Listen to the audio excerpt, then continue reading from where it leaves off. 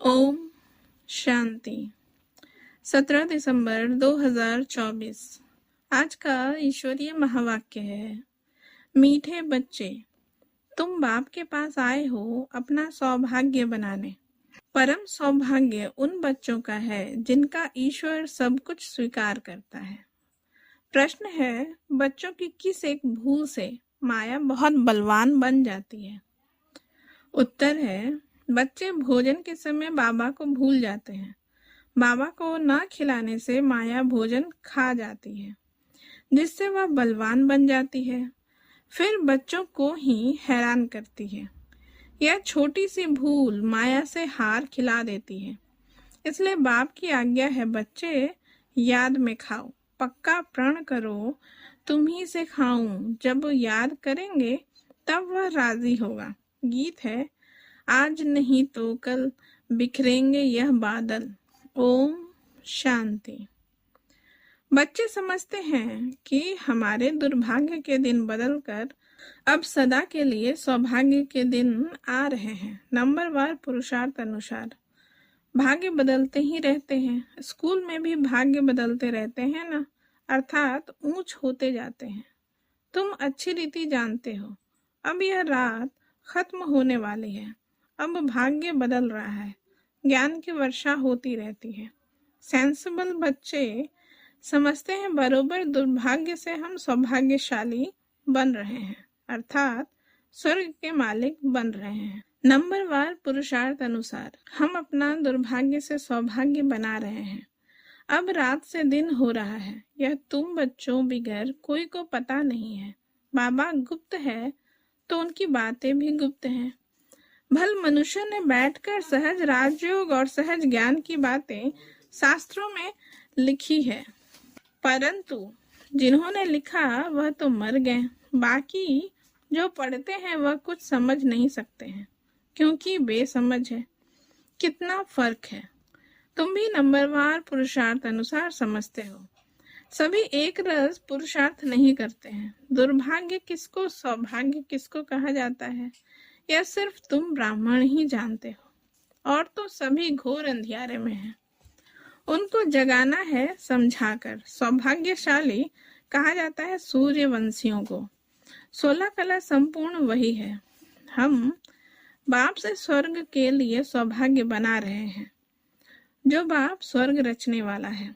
अंग्रेजी जानने वालों को भी तुम समझा सकते हो। हम हेवनली गॉड फादर द्वारा हेवन का सौभाग्य बना रहे हैं। हेवन में है सुख, हेल में है दुख।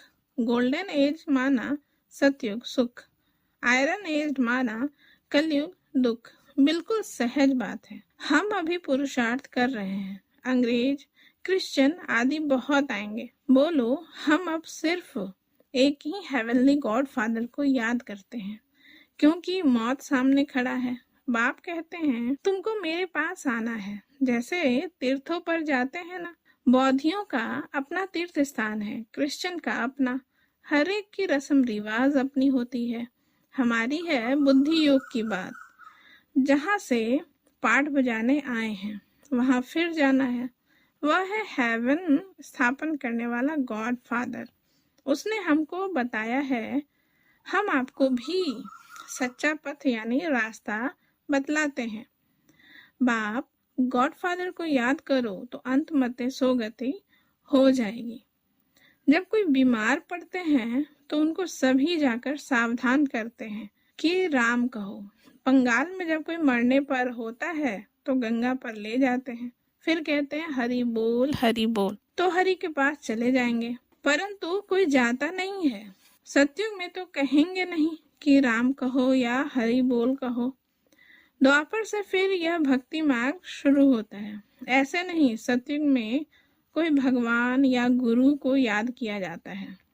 वहां तो सिर्फ अपनी आत्मा को याद किया जाता है।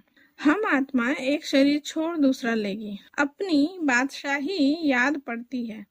समझते हैं हम बादशाही में जाकर जन्म लेंगे।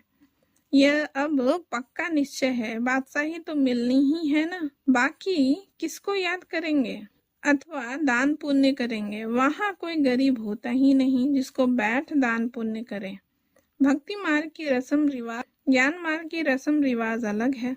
अभी बाप को सब कुछ दे 21 जन्म का वर्षा ले लिया, बस फिर दान पुण्य करने की दरकार नहीं। ईश्वर बाप को हम सब कुछ दे देते हैं, ईश्वर ही स्वीकार करते हैं। स्वीकार ना करे तो फिर देवे कैसे? न स्वीकार करें तो वह भी दुर्भाग्य। स्वीकार करना पड़ता है ताकि उनका ममत्व मिटे। यह भी राज तुम बच्चे जानते हो। जब जरूरत ही नहीं होगी तो स्वीकार क्या करेंगे? यहाँ तो कुछ इकट्ठा नहीं करना है, यहाँ से तो ममत्व मिटा देना पड़ता है। बाबा ने समझाया है, बाहर कहाँ जाते हो तो अपने को बहुत हल्का समझो। हम बाप के बच्चे हैं, हम आत्मा रॉकेट से भी तीखे हैं। ऐसे देही अभिमानी हो, पैदल करेंगे तो कभी थकेंगे नहीं, देह का भान नहीं आएगा, जैसे कि यह टांगे चलती नहीं। हम उड़ते जा रहे हैं। देही अभिमानी हो तुम कहाँ भी जाओ। आगे तो मनुष्य तीर्थ आदि पर पैदल ही जाते थे। उस समय मनुष्यों की बुद्धि तमो प्रधान नहीं थी, बहुत श्रद्धा से जाते थे, थकते नहीं थे। बाबा को याद करने से मदद तो मिलेंगी ना। भल वह पत्थर की मूर्ति है, परंतु बाबा उस समय अल्पकाल के लिए मनोकामना पूरी कर देते हैं। उस समय रजो प्रधान याद थी तो उसमें भी बल मिलता था, थकावट नहीं होती थी। अभी तो बड़े आदमी झट थक जाते हैं, गरीब लोग बहुत तीर्थों पर जाते हैं, साहूकार लोग बड़े भबके से घोड़े आदि पर जाएंगे, वह गरीब तो पैदल चले जाएंगे। भावना का भाड़ा जितना गरीबों को मिलता है उतना साहूकारों को नहीं मिलता। इस समय भी तुम जानते हो बाबा गरीब निवाज है, फिर मूंझते क्यों हो, भूल क्यों जाते हो? बाबा कहते हैं तुमको कोई तकलीफ नहीं करनी है, सिर्फ एक साजन को याद करना है। तुम सभी सजनिया हो तो साजन को याद करना पड़े। उस साजन को भोग लगाने के बिना खाने में लज्जा नहीं आती। वह साजन भी है, बाप भी है। कहते हैं मुझे तुम नहीं खिलाएंगे, तुमको तो हमें खिलाना चाहिए ना। देखो बाबा युक्तियां बतलाते हैं। तुम बाप अथवा साजन मानते हो ना, जो खिलाता है पहले तो उनको खिलाना चाहिए। बाबा कहते हैं हमको भोग लगाकर हमारी याद में खाओ, इसमें बड़ी मेहनत है। बाबा बार बार समझाते हैं बाबा को याद जरूर करना है। बाबा खुद भी बार बार पुरुषार्थ करते रहते हैं। तुम कुमारियों के लिए तो बहुत सहज है, तुम सीढ़ी चढ़ी ही नहीं हो। कन्या की तो साजन के साथ सगाई होती ही है, तो ऐसे साजन को याद कर भोजन खाना चाहिए। उनको हम याद करते हैं और वह हमारे पास आ जाते हैं। याद करेंगे तो भासना लेंगे, तो ऐसी ऐसी बातें करनी चाहिए बाबा के साथ। तुम्हारी यह प्रैक्टिस होगी रात को जागने से, अभ्यास पड़ जाएगा तो फिर दिन में भी याद रहेगी। भोजन पर ही याद करना चाहिए। भोजन के साथ तुम्हारी सगाई हुई है, तुम ही से खाऊं, यह पक्का प्रण करना है। जब याद करेंगे तभी तो वह खाएंगे ना।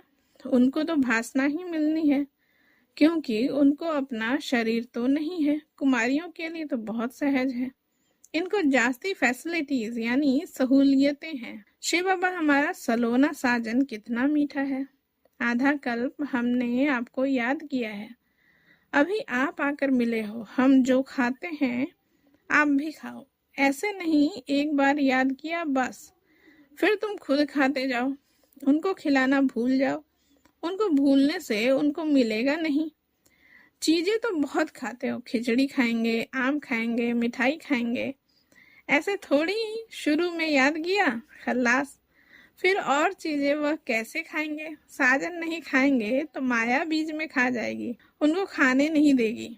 हम देखते हैं माया खा जाती है तो वह बलवान बन जाते हैं और तुमको हराती रहती है। बाबा युक्तियां सब बतलाते हैं। बाबा को याद करो तो बाबा अथवा साजन बहुत राजी होगा। कहते तो बाबा तुम ही से बैठूं, तुम ही से खाऊं। हम आपको याद कर खाते हैं, ज्ञान से जानते हैं। आप तो भासना भी लेंगे। यह तो लोन का शरीर है, याद करने से वह आते हैं। सारा मदार तुम्हारी याद पर है। इसको योग कहा जाता है। योग में मेहनत है। सन्यासी उदासी ऐसे कभी नहीं कहेंगे। तुमको अगर पुरुषार्थ करना है तो बाबा की श्रीमत को नोट करो, पूरा पुरुषार्थ करो। बाबा अपना अनुभव बतलाते हैं, कहते हैं जैसे कर्म मैं करता हूँ तुम भी करो, वही कर्म मैं तुमको सिखलाता हूँ। बाबा को तो कर्म नहीं करना है, सत्य में कर्म कूटते नहीं। बाबा बहुत सहज बातें बताते हैं, तुम्ही से बैठूं सुनूं तुम्ही से खाऊं, यह तुम्हारा ही गायन है। साजन के रूप में व बाप के रूप में याद करो। गाया हुआ है ना, विचार सागर मंथन कर ज्ञान की पॉइंट्स निकालते हैं। इस प्रैक्टिस से विकर्म भी विनाश होंगे, तंदुरुस्त भी बनेंगे। जो पुरुषार्थ करेंगे उनको फायदा होगा, जो नहीं करेंगे उनको नुकसान होगा। सारी दुनिया तो स्वर्ग का मालिक नहीं बनती है, यह भी हिसाब किताब है। बाबा बहुत अच्छी रीति समझाते हैं। गीत तो सुना, बरोबर हम यात्रा पर चल रहे हैं। यात्रा पर भोजन आदि तो खाना ही पड़ता है। सजनी साजन के साथ, बच्चा बाप के साथ खाएंगे। यहाँ भी ऐसे हैं। तुम्हारी साजन के साथ जितनी लगन होगी उतना खुशी का पारा चढ़ेगा। निश्चय बुद्धि विजयंती होते जाएंगे। योग माना दौड़ी, यह बुद्धि योग की दौड़ी है। हम स्टूडेंट हैं, टीचर हमको दौड़ना सिखलाते हैं। बाप कहते हैं ऐसे नहीं समझो कि दिन में सिर्फ कर्म ही करना है, कछुए मिसल कर्म कर फिर याद में बैठ जाओ। भ्रमरी सारा दिन भू भू करती है, फिर कोई उड़ जाते हैं, कोई मर जाते हैं, वह तो एक दृष्टांत है। यहाँ तुम भू भू कर आप समान बनाते हो, उसमें कोई का तो बहुत लव रहता है, कोई सड़ जाते हैं, कोई अधूरे रह जाते हैं, भागंती हो जाते हैं, फिर जाकर कीड़ा बनते हैं। तो यह भू भू करना बहुत सहज है। मनुष्य से देवता किए करत न लागी वार। अभी हम योग लगा रहे हैं, देवता बनने का पुरुषार्थ कर रहे हैं। यही ज्ञान गीता में था। वह मनुष्य से देवता बना कर गए थे। सतयुग में तो सब देवताएं थे, जरूर उन्हों को संगम युग पर ही आकर देवता बनाया होगा। वहां तो देवता बनने का योग नहीं सिखलाएंगे। सतयुग आदि में देवी देवता धर्म था और कलयुग अंत में है आसुरी धर्म। यह बात सिर्फ गीता में ही लिखी हुई है। मनुष्य को देवता बनाने में देरी नहीं लगती है, क्योंकि एम ऑब्जेक्ट बता देते हैं। वहाँ सारी दुनिया में एक धर्म होगा। दुनिया तो सारी होगी ना, ऐसे नहीं चीन यूरोप नहीं होंगे, होंगे परंतु वहाँ मनुष्य नहीं होंगे, सिर्फ देवता धर्म वाले होंगे और धर्म वाले होते नहीं। अभी है कलयुग, हम भगवान द्वारा मनुष्य से देवता बन रहे हैं।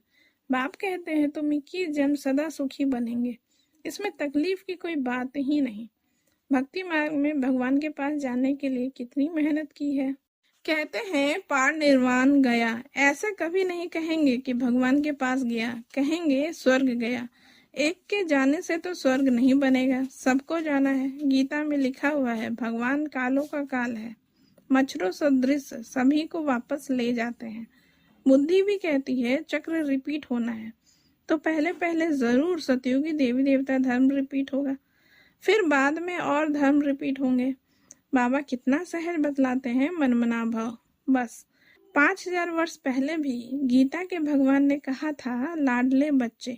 अगर श्री कृष्ण कहेंगे तो दूसरे धर्म वाले कोई सुन न सके, भगवान कहेंगे तो सभी को लगेगा गॉड फादर हेवन स्थापन करते हैं, जिसमें फिर हम जाकर चक्रवर्ती राजा बनेंगे। इसमें कोई खर्चे आदि की बात नहीं है, सिर्फ सृष्टि के आदि मध्यांत को जानना है। तुम बच्चों को विचार सागर मंथन करना है। कर्म करते दिन रात ऐसे पुरुषार्थ करते रहो। विचार सागर मंथन नहीं करेंगे या बाप को याद नहीं करेंगे, सिर्फ कर्म करते रहेंगे तो रात को भी वही ख्यालात चलते रहेंगे।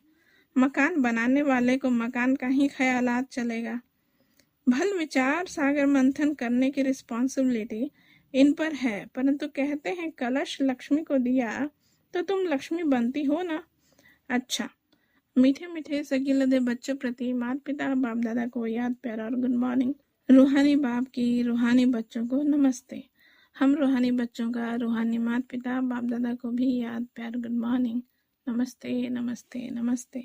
थैंक यू बाबा, शुक्रिया बाबा।